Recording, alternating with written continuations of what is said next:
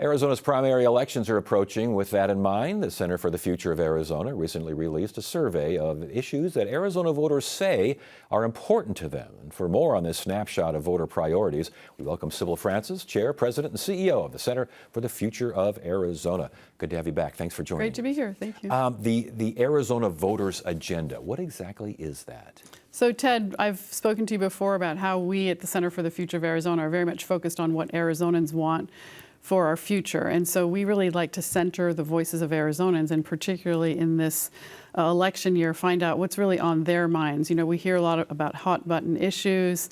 We hear from candidates, the media, others about what's going on, horse races, about who's ahead, who's behind. We really thought, let's ask Arizona voters what matters to them. And to identify, I would imagine, where there is political agreement. Absolutely. We hear so much about division and polarization. Our goal really is to see where are those areas that we can actually come together on and have a positive agenda towards positive change. And it's interesting because before we get to some of the rubrics here, an example is 52% are not confident that Arizona is prepared for growth, and 60% say that candidates aren't addressing key issues that matter to them.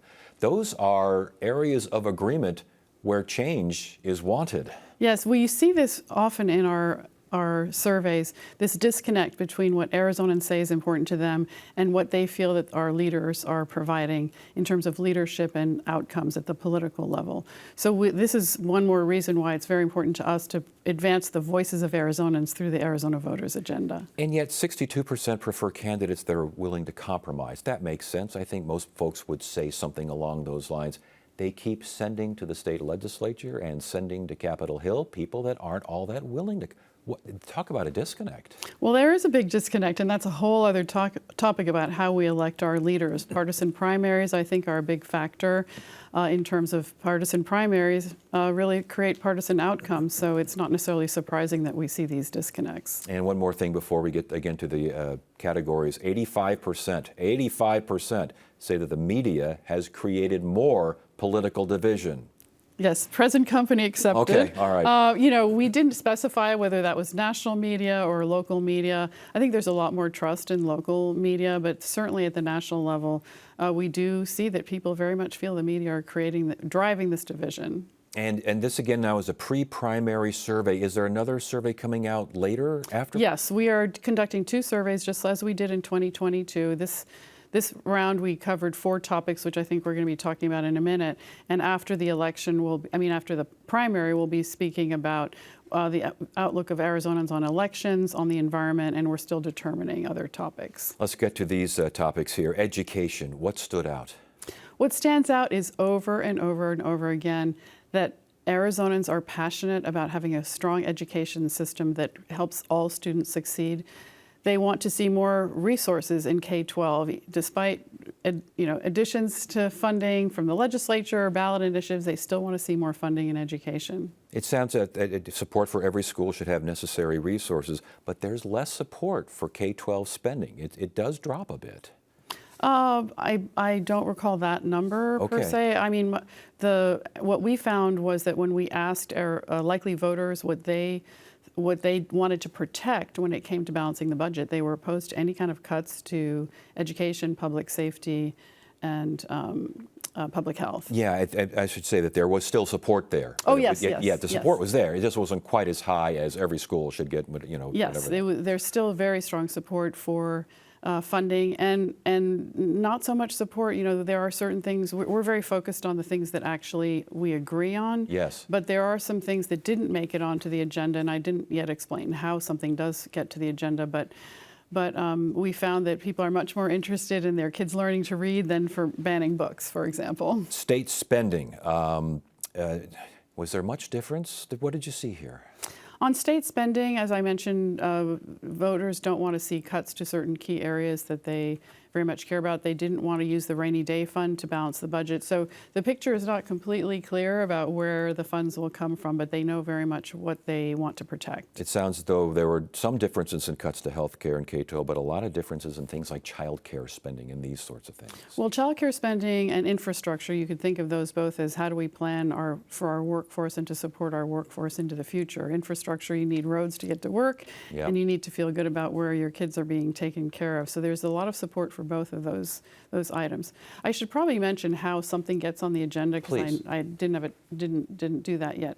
We have a very, very strict definition. We have to have 50% strong support or support, so total support among Republicans, Democrats, and independents. So these are true nonpartisan issues that candidates could do very well to address because they have such strong support across the Indeed, board. and when we say something had more support or was less of a factor, we're still saying it's above. It's above 50%, Yes. absolutely. Immigration, lots of agreement, prioritizing a functioning border and these sorts of things. Anything here surprise you? You know, it doesn't surprise me, but the first time we did our surveys some years ago to find out the very, very high levels of support for comprehensive immigration reform and a pathway to citizenship, it's in the 80s, 70s and 80s. So that may surprise listeners because we hear, again, so much about the differences of opinion. And sometimes it's very loud voices, but who are not the majority. Right. So the fact that so many likely voters in Arizona, so many Arizonans want to see comprehensive immigration reform with a pathway to citizenship is amazing. Pathway to citizenship, Yes. though, we did see differences in political parties on that one. There is, but it's still above 50%. Yeah, right. So There you go. The last one is housing, and it looked like there was some disparity here. Anything at all stand out to you? well, people are very concerned about housing costs, rental costs. You might say, well, that's kind of obvious, but we ask obvious things to make sure that we've covered all our bases because some of the things that seem obvious to people, in fact, don't turn out to be the ones that are important to people. So, and people would like to see government step up and help. Yeah, government must do more for safe and affordable housing Yes. for the homeless was also Yes. mentioned here. Yes. So people are very concerned about homelessness. Okay, so what do we take? This is kind of part one here. What do we take from this as much as has been released here for the survey? So I think what we take is that we have a lot more agreement than disagreement on some of these really big issues, that we don't hear enough from candidates about these issues. And we also are encouraging the media to hold candidates running for office accountable to these issues because it's a gold mine of information about where we agree as Arizonans and where we could actually break through some of the gridlock that we're seeing at our political level. And I think I've asked you this numerous times before when we see surveys like this.